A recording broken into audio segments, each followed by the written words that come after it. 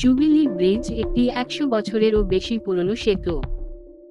এটি ভারতের পশ্চিমবঙ্গ রাজ্যের উত্তর ২৪ পরগনা এবং হুগলি জেলার মধ্যে সংযোগকারী হুগলি নদী বা গঙ্গার উপরে একটি গুরুত্বপূর্ণ রেল সেতু। এটি নৈহাটি এবং ব্যান্ডেল এর মধ্যে রেলওয়ে সংযোগ স্থাপন করছে। এই সেতুটির হুগলি জেলার দিকে রয়েছে হুগলিঘাট স্টেশন এবং উত্তর ২৪ পরগনা জেলার দিকে রয়েছে গড়িফা স্টেশন। এই সেতুটি নির্মাণের কাজ আরম্ভ হয় ১৮৮২ সালে এবং সেতুটি খোলা হয় ১৬ই ফেব্রুয়ারি ১৮৮৭ সালে। ইংল্যান্ডের রানী ভিক্টোরিয়ার রাজত্বের ৫০তম বর্ষে সেতুটি নির্মিত হয়েছিল বলে সেতুটির নাম রাখা হয়েছিল জুবিলি ব্রিজ। বিভূতিভূষণ বন্দ্যোপাধ্যায়ের পথের পাঁচালী উপন্যাসে এই সেতুর কথা আছে।